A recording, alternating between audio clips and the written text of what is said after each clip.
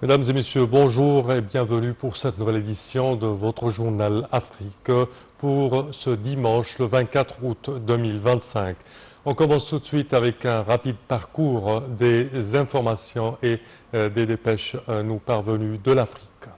L'Égypte a salué l'annonce faite par l'envoyé spécial du secrétaire général des Nations Unies pour la Libye, Anna Tete, concernant la feuille de route pour le règlement de la crise libyenne, selon un communiqué du ministère égyptien des Affaires étrangères publié samedi le 23 août.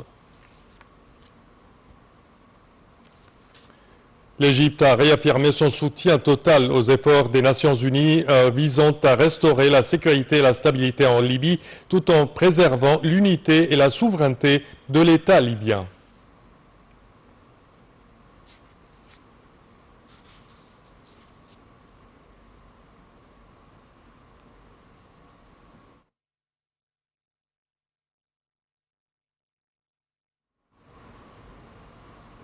Et le Premier ministre, Dr Moustapha Madbouli, a rencontré son homologue japonais Shigeru Ishiba en marge de la séance de clôture de la 9e conférence internationale de Tokyo sur le développement de l'Afrique, TICAD 9 à Yokohama. Dr Madbouli a salué les relations historiques entre l'Égypte et le Japon, vieilles de plus de 70 ans. Il a invité personnellement le Premier ministre Ishiba à assister à l'inauguration du grand musée égyptien GEM prévu le 1er novembre. Le Premier ministre a exprimé sa profonde gratitude pour le rôle essentiel du Japon dans de nombreux projets de développement national, en particulier pour sa contribution substantielle à la construction du GEM.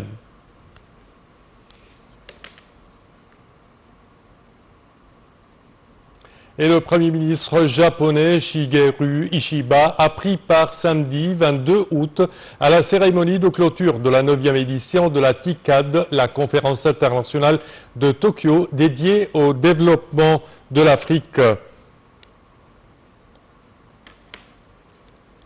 Lors de cette cérémonie, M. Ishiba a insisté sur l'importance de la co-création de solutions innovantes face aux défis du continent africain. Il a exprimé l'espoir que cette 9e TICAD marque un nouveau départ avec un essor durable pour l'Afrique et un partenariat encore plus solide avec le Japon.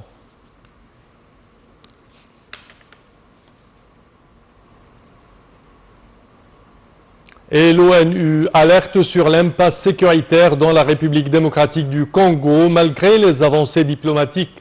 La sous-secrétaire générale de l'ONU pour l'Afrique, Martha Ama-Aki Apobi, a exprimé vendredi devant le Conseil de sécurité sa vive inquiétude face à la persistance des hostilités dans l'est de la RDC en dépit des progrès réalisés sur le plan diplomatique ces derniers mois.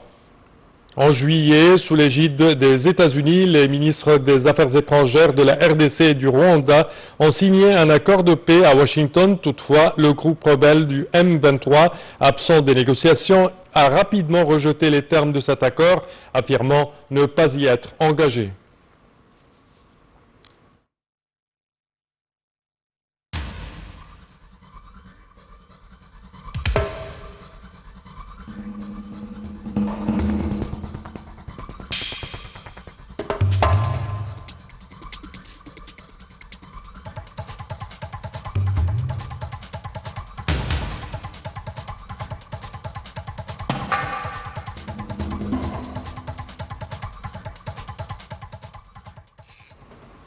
Et nous passons à notre premier commentaire. La transition vers les énergies renouvelables en Afrique a progressé de manière impressionnante.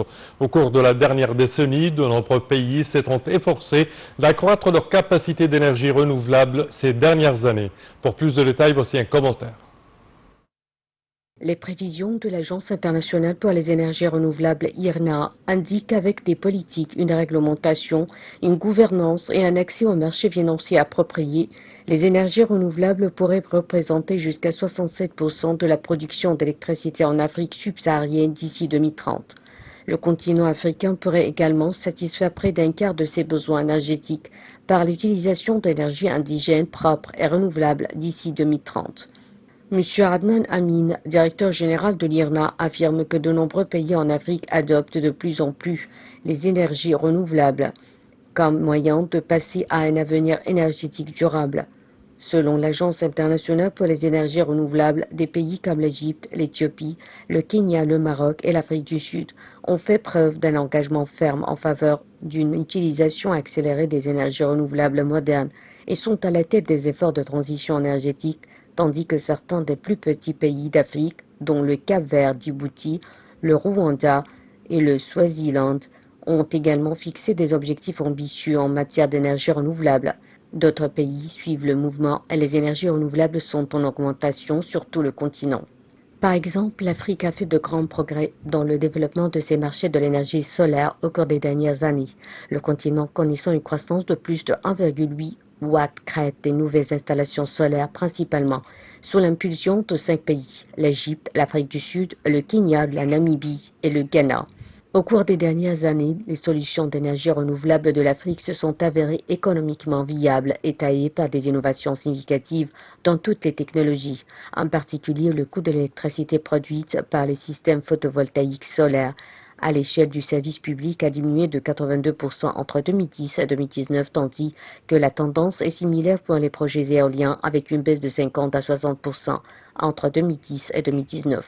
En conséquence, le bouquet d'énergie renouvelable de l'Afrique est progressivement passé des centrales hydroélectriques et thermiques traditionnelles à des solutions renouvelables, à la fois pour accélérer l'accès à l'énergie et pour soutenir une croissance économique durable.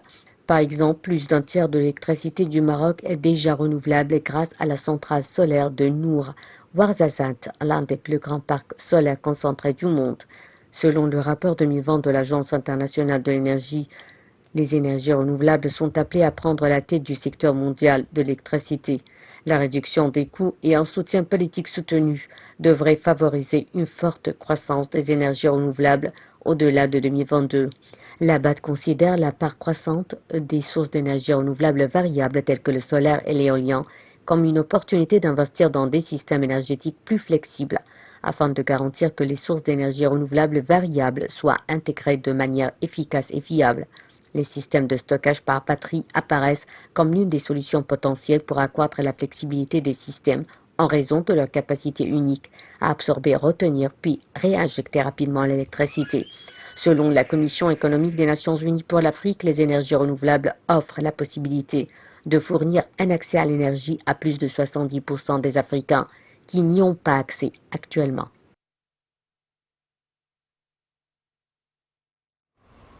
Et pour plus d'explications, mesdames et messieurs, sur ce sujet, nous avons le plaisir d'accueillir au bout du fil Dr Raouf Gafar, qui est analyste politique. Bonjour.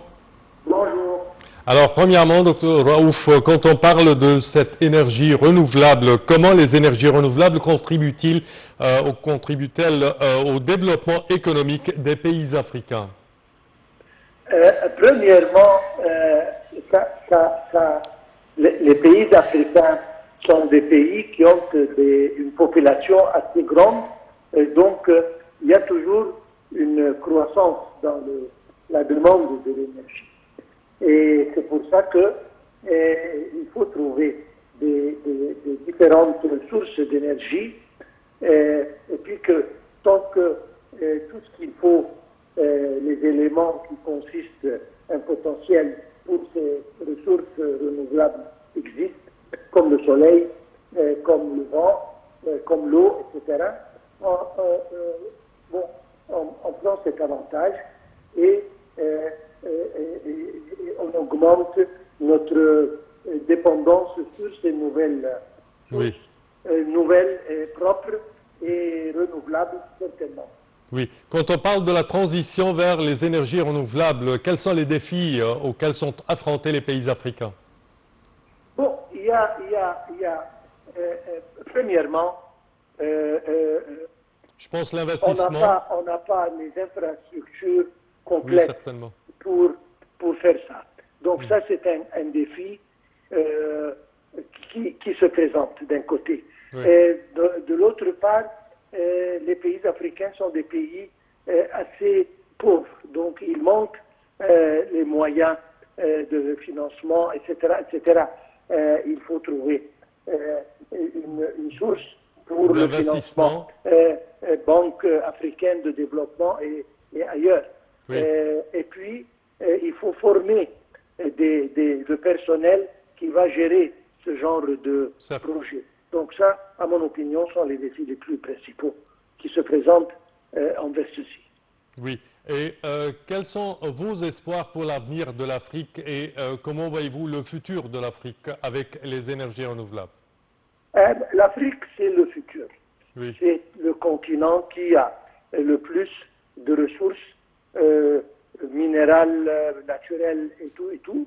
Et il a une population assez croissante qui est prête à être formée et à être appris. Et il y a une coopération entre les différents pays africains, encore une fois, peut servir vers disons, un avenir promettant. Il y a un marché intéressant. Donc ça représente le futur. Et comme je viens de dire, nous sommes très riches en tout ce qu'il faut pour la production de ce genre de ressources. Nous avons le vent, nous avons l'eau, nous avons le soleil et certainement notre dépendance sur les carburants et fossiles, etc., doit diminuer et de l'autre part, on doit une croissance durable doit dépendre sur des ressources qui existent et c'est ce qui est en Afrique.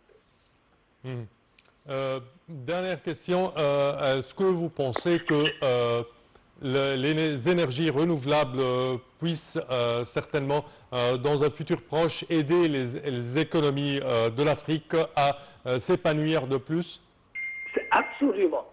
Comme je viens de dire, le développement dépend sur beaucoup d'éléments, entre autres l'énergie, un des éléments de l'infrastructure très important.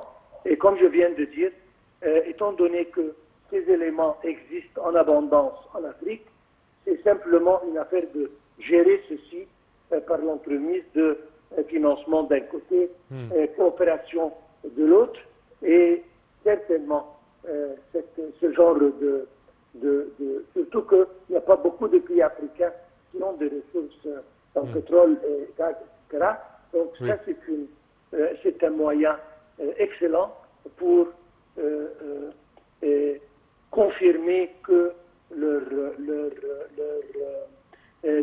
développement durable dépendent sur ce genre d'énergie durable et propre et renouvelable. Parfait, docteur Ougarpar, je tiens à vous remercier énormément de vos explications. Merci à vous. Je répète que vous êtes analyste politique et expert en économie. À présent, chers téléspectateurs, une petite pause.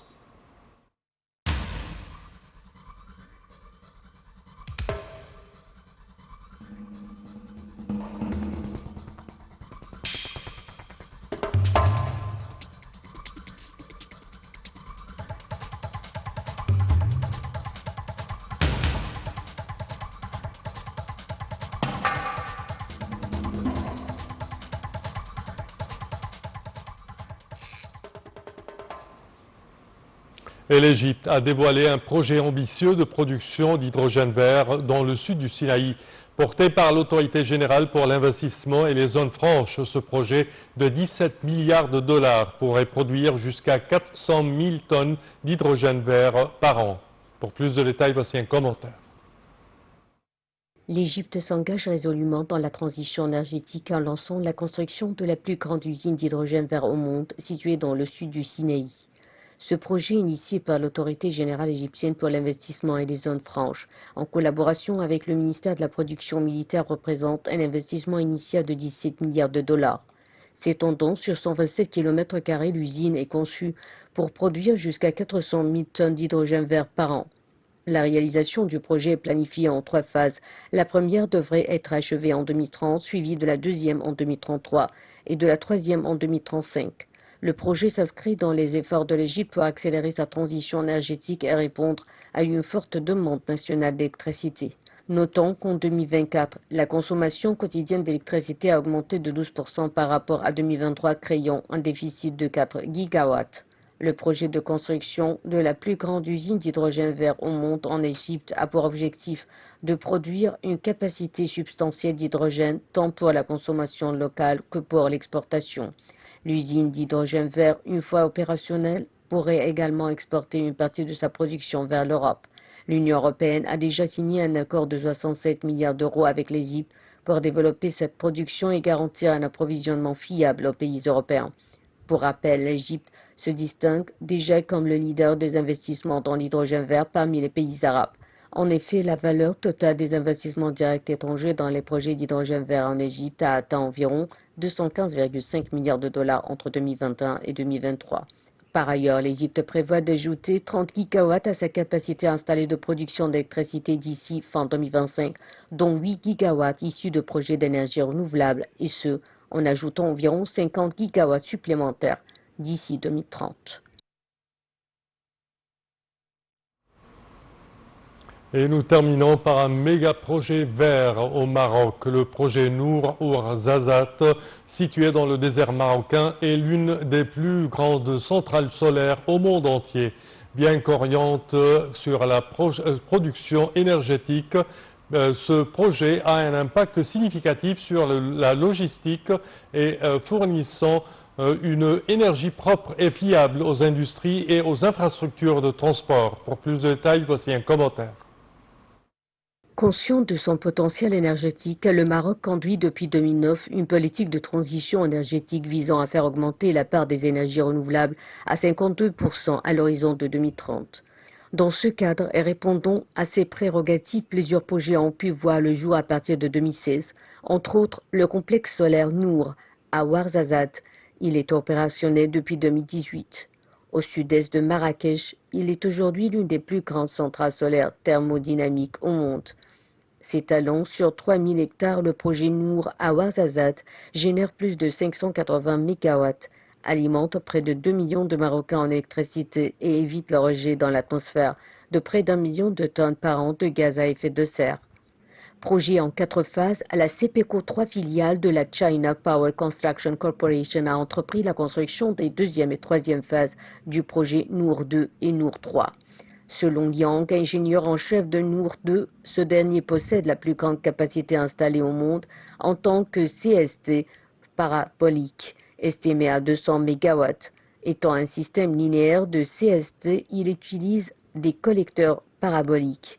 Dans un tel système, le tube récepteur est positionné le long de la ligne focale de chaque réflecteur en forme de parabole. Quant au Nour 3, il comporte la plus haute tour solaire au monde. Sa capacité a été estimée à 160 MW. Nour 3 est alors un Power Tower System. Les miroirs reflétant la lumière du soleil sont arrangés autour d'une tour qui reçoit la lumière concentrée par les héliostats. Il est aussi équipé d'un système de stockage lui permettant de produire de l'énergie pendant 7 heures sans rayonnement solaire. Il est à noter qu'environ 5000 Marocains s'activaient pour la construction du complexe solaire Nour 2 et 3. Projet d'une grande envergure, il constitue la pierre angulaire de la stratégie énergétique marocaine visant à faire positionner le royaume en avant-garde de la transition énergétique africaine.